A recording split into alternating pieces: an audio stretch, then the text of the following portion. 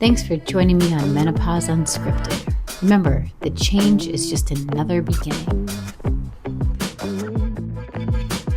Welcome back to Menopause Unscripted. Before we dive in, I'd love your support. Please subscribe to our YouTube channel and follow us on your favorite podcast app. Those simple steps help keep this free educational content alive. If you'd like to go further, joining our Patreon for just $10 a month not only gives you access to exclusive advice, workouts, and bonus episodes, but also behind-the-scenes vlogs. Patreon directly funds this project so we can keep creating it for you. Now let's get on to the episode. Welcome back to Menopause Unscripted. This week, we're so excited to have back our friend Leona.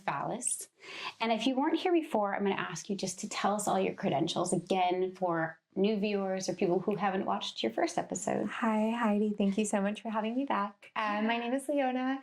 I'm the Assistant Clinical Director at the Center for Healthy Sex, and I'm a licensed marriage and family therapist, and I specialize in all things sex therapy.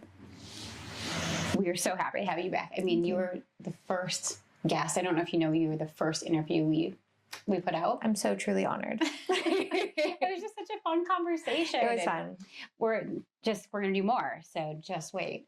But today we're going to talk about religious trauma and sexual health. Mm-hmm. All right. Well, I'm going to let you start off because this is not my field of expertise whatsoever. Okay, sure. So not everyone who is raised in a high control group or, in a religious context is going to experience religious trauma, mm-hmm. right? I consider religious trauma to fall in one of two categories. One, you experienced a trauma unrelated to the religion in a religious context that made the trauma worse. Could you explain a little bit more for someone who, I did not grow up in a religious family at all. So give me some ideas. So let's say I'm raised in a religion that teaches me that bad things only happen to bad people. They don't happen to good people. All right. That God knows everything, controls everything, and kind of like in an Old Testament style deals out kind of reward and punishment exactly where it's deserved. Okay. And that God doesn't give you anything that you can't handle. Right. Okay. Then if I learn all of this, and I'm a little 5-year-old girl hearing all of this from my parents and from my school and my friends' parents, my community, and I go to, religious worship and I hear it there, and then I experience ongoing childhood sexual abuse. Okay. Then the abuse that I experienced might not be religious, but the way that I'm making sense of what's happening to me is through this religious lens, which is like, so somehow God is doing what is happening to me. And so there's a punishment factor, yes. Or I deserve this. Exactly. Okay. Exactly. Like a punishment factor. That's rough. Yeah. So that's one form. Okay.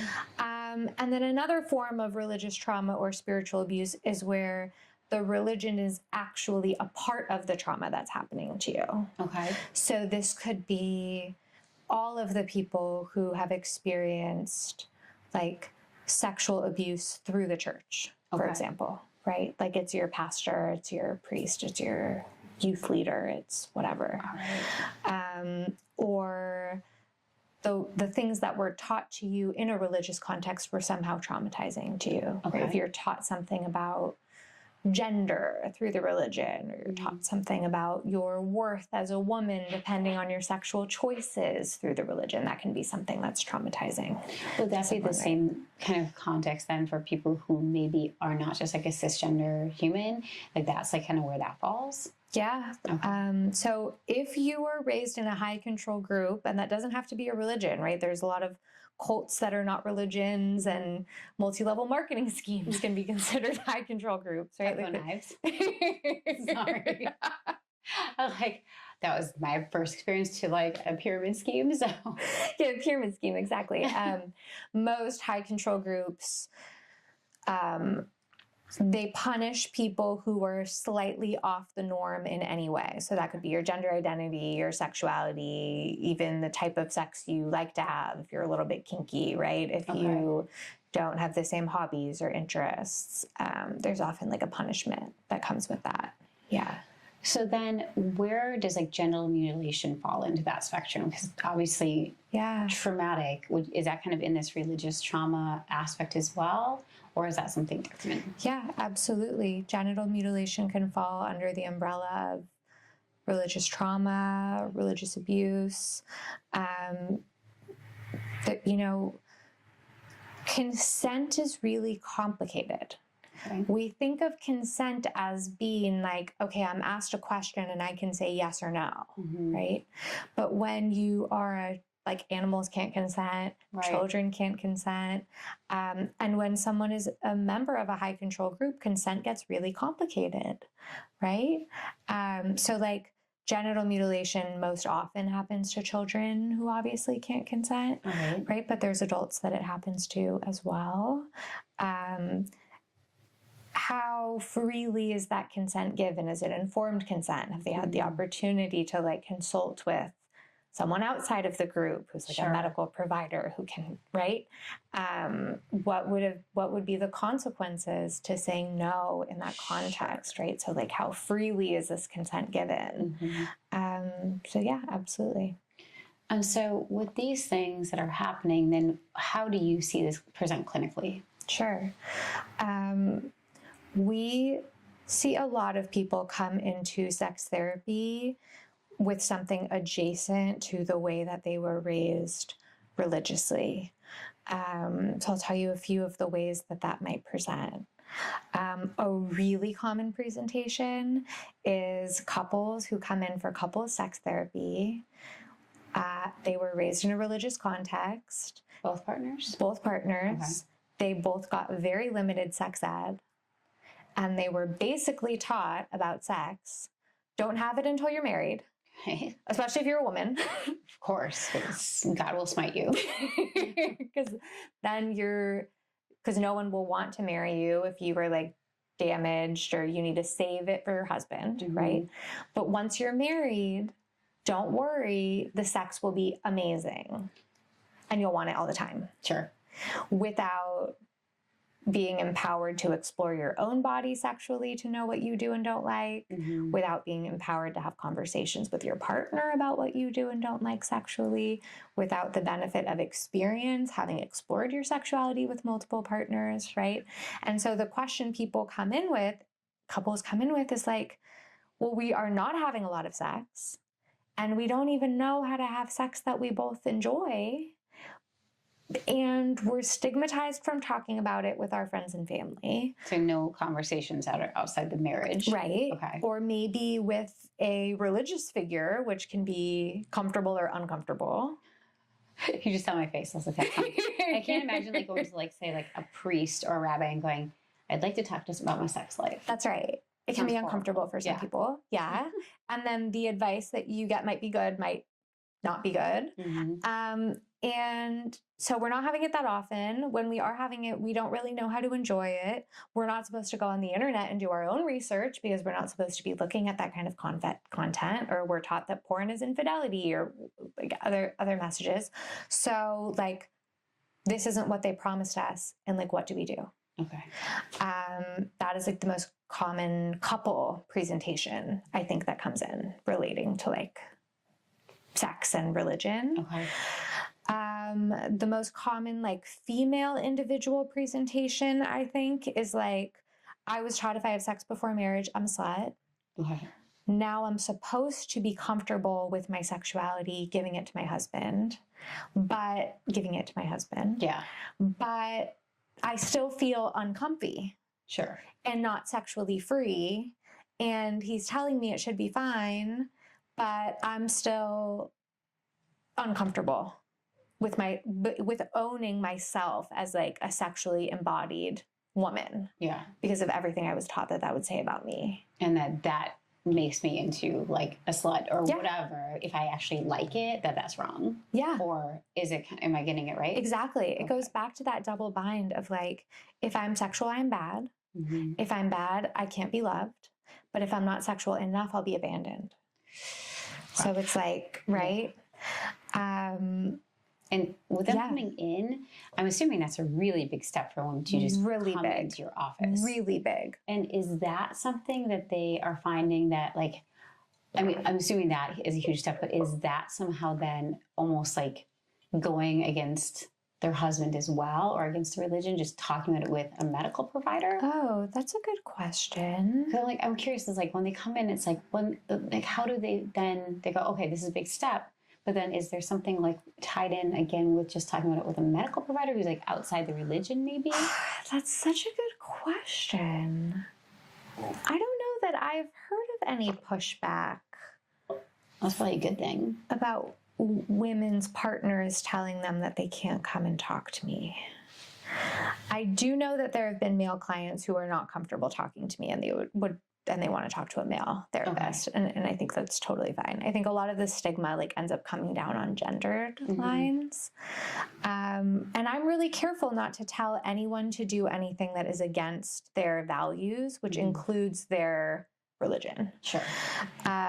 So I know generally like the sexual messages that people receive based on like if they were raised, you know, Mormon or Catholic or general Christian or Jewish Orthodox or in Islam, or like I know generally the messages. Some niche groups I need, you know, a client to be my cultural informant and let me know. But no matter what, like it doesn't really matter what I think your should be okay or not okay for you sexually, whatever that is, or like what I've heard the messages you might have received are. What's really important to know is like, well, what did you hear and how did that impact you? And probably how it's continuing to impact you now as an adult. Continues to impact you today. Okay. Yeah. But yeah, I haven't heard of any pushback. It's an interesting question. We always think of something new. I know. I might go back and ask my clients, like, are you in trouble for being here? What's going on? I was curious. I'm like, is there like, then do they have to then hide that within the relationship? Like now it's like a hidden thing. Like I'm going to see this provider. I just wasn't sure if that was like another factor. Generally, it's so generally when we have sexual shame in a long-term relationship, it leads us to having sex less as women. And so that's where we end up with these like mismatched libido couples where like the man wants to have sex more often than the woman does. So often like I think there's some relief in the relationship from the partner of like, oh, you're going in to talk to someone about this. And like that might lead to us being more connected sexually. So I think generally it's an accepted sort of celebrated step to take. Yeah. And I'm assuming that you're seeing more women because of this than men. I am. But do you see men individually that come in with the same thing? Men individually, I do see who have religion impacting them, but I more often see it on the hypersexuality side of things. How does that work? So I'll give you an example. Please. If a boy is taught from a very young age that masturbation is sin, and that God will hate him if he does it, and the devil will come for him if he does it, and this is just like a horrible thing to do. Yeah. And this is not one person's example. Like I've heard this from so many people. And you're a boy and you're a teenager and you're masturbating and your mom catches you and she loses her shit. Yeah. Right? She's like, how could you do this? You're betraying me. You're betraying God. I'm so disappointed in you. This is so horrible, right? It just made my heart hurt a little bit. Yeah. Now, like shame and sexuality are becoming fused, right? And so like when we talk about compulsive sexual behavior, it's like using sex to cope with an uncomfortable emotion. So imagine like, okay, now in adulthood, I'm masturbating to pornography, but then I feel a lot of shame about that. Well, how do I cope with shame? By masturbating to pornography. And now I end up in this loop where like, I'm doing it actually a lot more often than you would expect. So it can go to hyposexuality, which is like, so cute. He's like, I'm over this. Sorry, dude. You taking a little nap? He's like, I don't consent. I don't consent to this conversation. I'm just here. Sorry, baby. I'm sorry. Anyways. Yeah, so it can go hyposexuality, like very low libido, or it can go hypersexuality and like very high What happens then with like in a relationship context? Is it just kind of like the same thing then like you've got like the very high libido person and then you might have the mismatch, or it just is reversed for like the man's that really like hypo, really low libido? Well, the struggle in a relationship is like both partners are being taught that you're supposed to want sex in a relational, intimate context without being taught how to actually have that. Okay. Because we're not having like vulnerable conversations about sex. We're not learning how to tolerate the rejection, the vulnerability of rejection. We're not being taught psychoeducation, like just because a vagina is wet doesn't mean that they're that we're ready for penetration, or want it, or that an erection can go up and down and back up again during a sexual session, and that doesn't mean that a penis owner is any less attracted to their partner. Right. And those misunderstandings cause like a lot of ruptures between couples. Okay. Right. So it leads to people being pretty distant from each other sexually. That's usually tough. Yeah. So aside from like couples issues, like distancing in relationships. Yeah. What are other reasons or other conditions someone might come in, or maybe things that they're coming in describing in relation to this? Like, is it things with like pain with sex? Like, what kind of things are we talking about? So we don't have evidence to support this, right? Like, clinically. But okay, right? Yeah. So I will share like some anecdotal experience that is just my personal opinion. Yeah, I absolutely believe that trauma lives in the body. And I think that there are a lot of people with pelvic pain and pain with sex that is stemming from cultural messages, religious messages, trauma, spiritual abuse. Yeah, absolutely. I believe that. One of the things that I deal with here, which is probably adjacent, is people who are too uncomfortable, one, even talking about pelvic health. Yeah. Or if they are comfortable with it, they may be uncomfortable doing anything more than have a conversation. So it's like doing an evaluation is a non-starter. Yeah. One of the most common things I hear is that people are not comfortable touching themselves or looking at themselves, and even looking at like drawings of those images is really, really difficult. So even trying to educate a patient becomes very hard.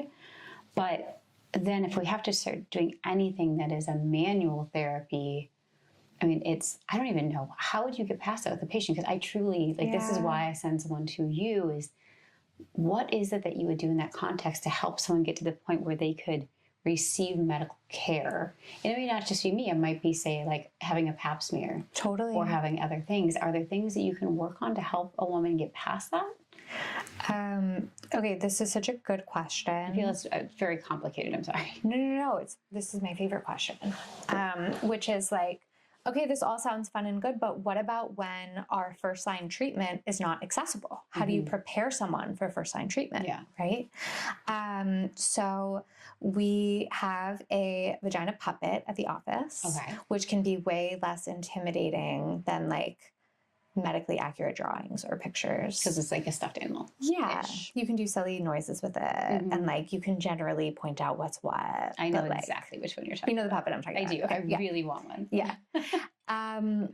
Alex Katahakis, who founded Center for Healthy Sex, she wrote truly like my favorite workbook on the topic of sex and sexuality, which is What Turns You On. Okay. It's a blue workbook. It's like a coloring book / there's a lot of psychoeducation in it, but even like the font is so not intimidating. All right. The doodles are like, they're naked bodies, but you can't tell. Is it a penis? Is it a vulva? Is it some combination of the two? Is it, it's sort of like abstract. Okay. Yeah. It's cool abstract art.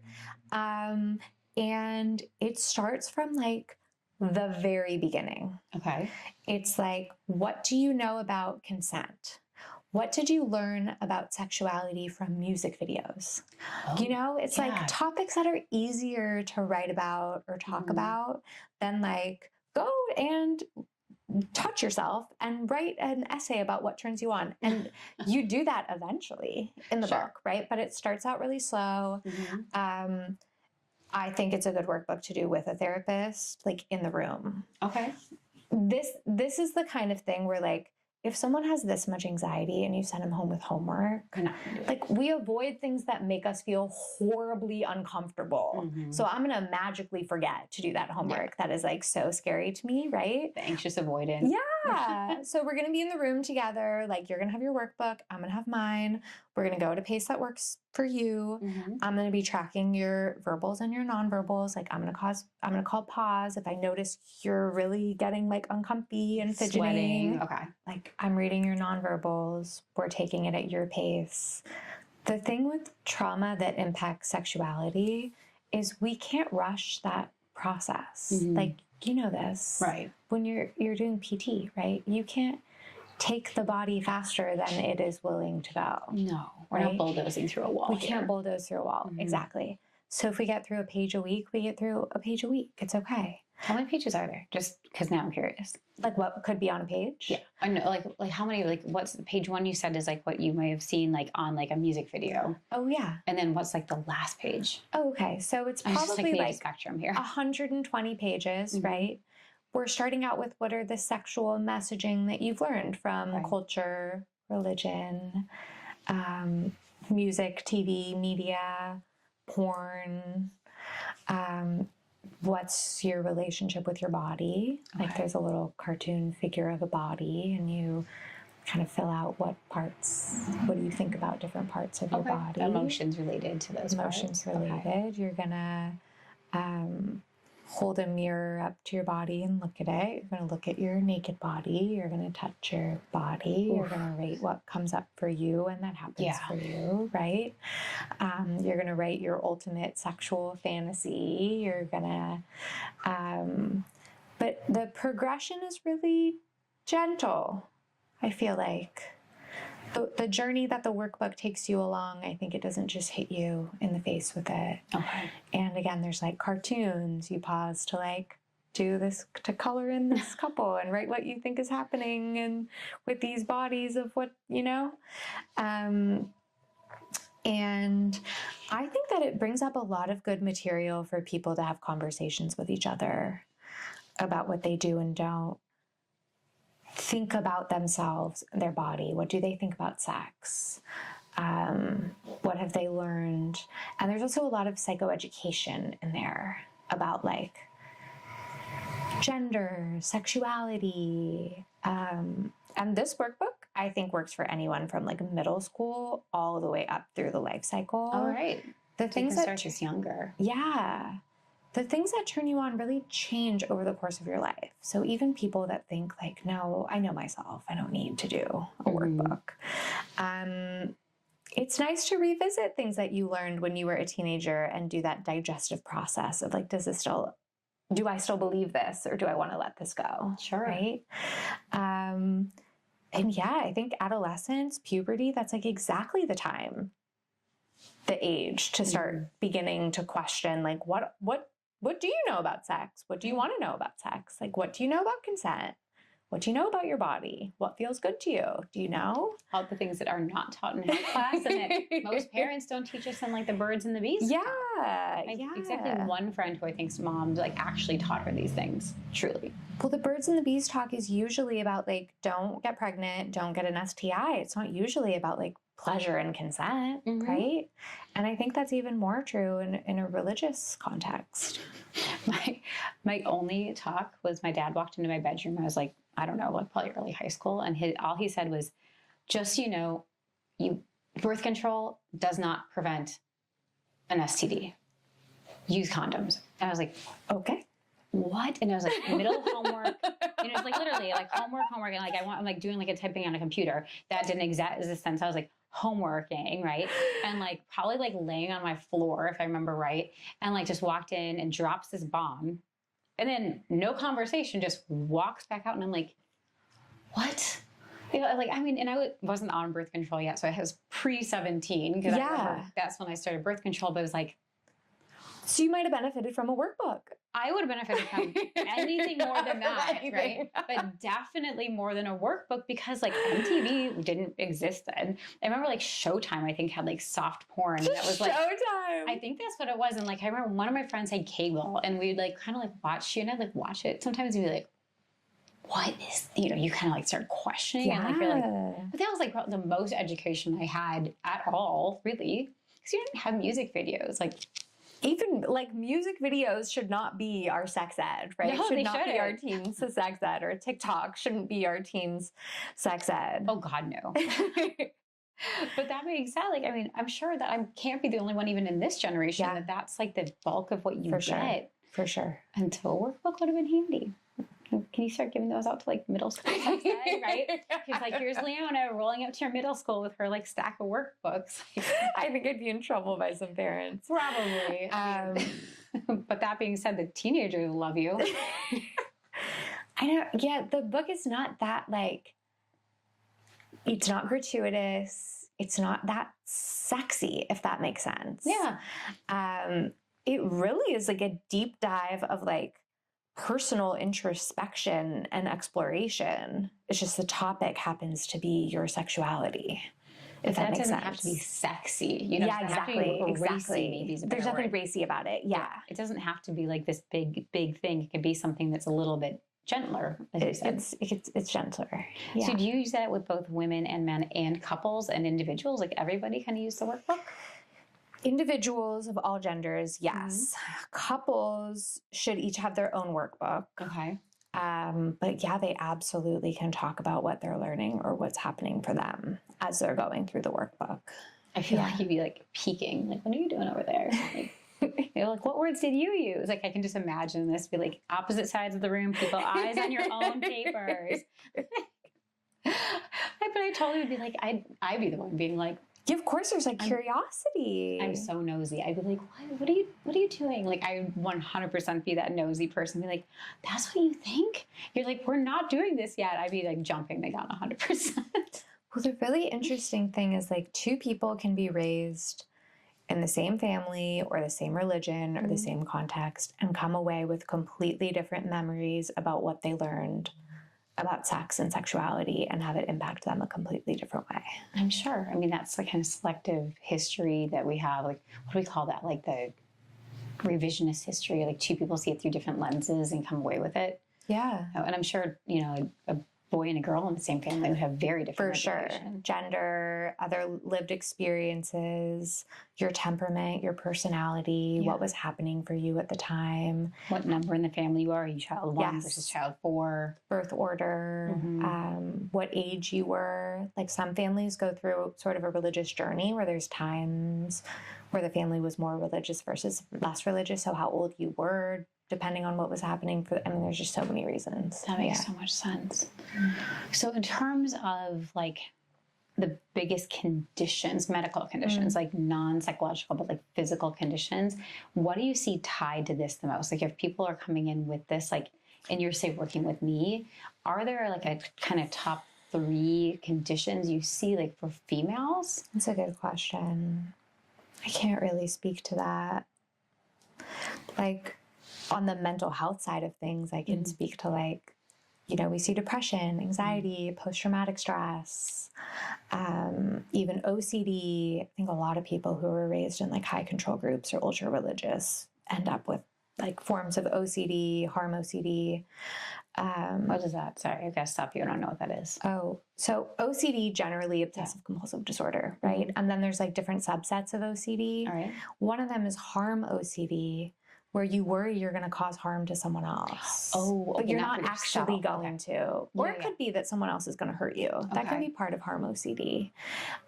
So like maybe my superstitious harm OCD tells me that if I don't finish this water before I leave here today, then something bad could happen to my family before I get home. All right. Right? It's like I am responsible for the well-being of others based on like loose connections between things. Stepping on cracks. Sure. Yeah. Literally. Do you remember that like little step on a crack, make your mama's back. Yeah. That's the first thing I thought of. Like, it's just like, I mean, they teach you that as like a 5-year-old. I mean, it's supposed to be a silly song, but I can see some people internalizing that. For sure. Medical conditions. I don't think we have a lot of research on that, honestly. Okay. Yeah. I mean, if we do, I'm about, not sure. Vaginismus, like being like a vaginal pain. For men, do you see like erectile issues happening, like what that they come in with?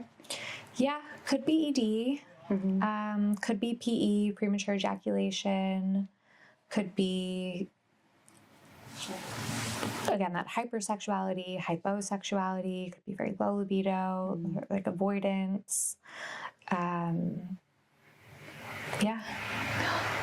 This is also interesting. And you start thinking in your head, ruminating about like all of the people you're like, I'd love them to see this and hear about and talk to you, because don't think that any of us can like talk about these things without people popping into our heads that's like, those people would benefit from this so much. Yeah. The interesting thing with like religious trauma is the closer you are to the center, the more you are impacted. So, okay, what I mean by that is like the religious leader, like the actual, like I was raised in a Jewish modern Orthodox context, right? Okay, so the rabbi and rebbitzin of the community are maybe impacted the most within the community, right? And then there's like their children and like the really religious people. And then there are sort of like the people that maybe go to the school or go to the synagogue, but they're not like as aggressively practicing. And then, but being that we are in America, which has such a Christian element to it, we are all impacted by puritanical sexual beliefs. Because even though we might not be in the center of the bullseye, it's still we're still being impacted. Interesting. By what is on our TVs, what is in our media, what is in our government right now, right? Where there are countries where people move through with less sexual shame being like the air that they breathe, right? Okay, that makes sense. I mean, it's like you go somewhere where like it is much more normal to be naked, maybe. I'm just using this as a total example. Like maybe that there's less shame and like less of this that happens. There are places where masturbation is way less taboo than it is here. And someone might have shame about masturbating and they're like, I was raised an atheist. Why do I think that's such a shameful thing to do? But I just ingested this from the culture. That makes a lot. I have never thought about that, but that's fascinating. Is there a country that you would say is like? Well, I'm curious because I'm like, well, Sweden. I mean, Sweden's always. I don't know. Like they seem like, Sweden, kind of buttoned up to me. I don't know. Like, is there a country? I was like, I don't know. Now I'm just curious. I do think the Nordic countries are much more comfortable with nudity, from what I know about like cold plunges and then racing into a sauna. But I don't know. Naked saunas. I don't know. Oh God! I'm like, oh, I mean, I really don't know, but now I feel like I need to look this up. Yeah. Well, that being said, this has been an absolutely fascinating conversation. I'm so happy to have you back. Thank you so much. Thank you again for being here. Thanks for having me. Thank you for joining us. Please like, follow, subscribe on all the channels, on YouTube, all the places you can find podcasts. Leona's details will all be in there as well. So don't worry, you can find her and you can find the Center for Healthy Sex anywhere. And so no matter where you live, you guys do virtuals, right? We do virtual. Yeah. So anywhere you live, no matter where, you can reach out if you would like to find a sex therapist or help, or maybe you do a workbook. I'm being serious. Like, I want to do a workbook now. So can you bring me one? I will bring you one. Thank you. I'm like, I actually really want to do a workbook. You can sit and watch me do it and watch me like start like sweating. Oh no. I'm kidding. Time out. I'm like kidding, but not kidding. So do you have any final thoughts for us? Yeah, I will say that sexual shame can feel so isolating. So if that is something that you are dealing with, either as an individual or in your relationship, picking up the phone can feel like it's 800 pounds. Like reaching out for support can feel so challenging. But I think you deserve support as you move through that. And there is a gentle way to do that.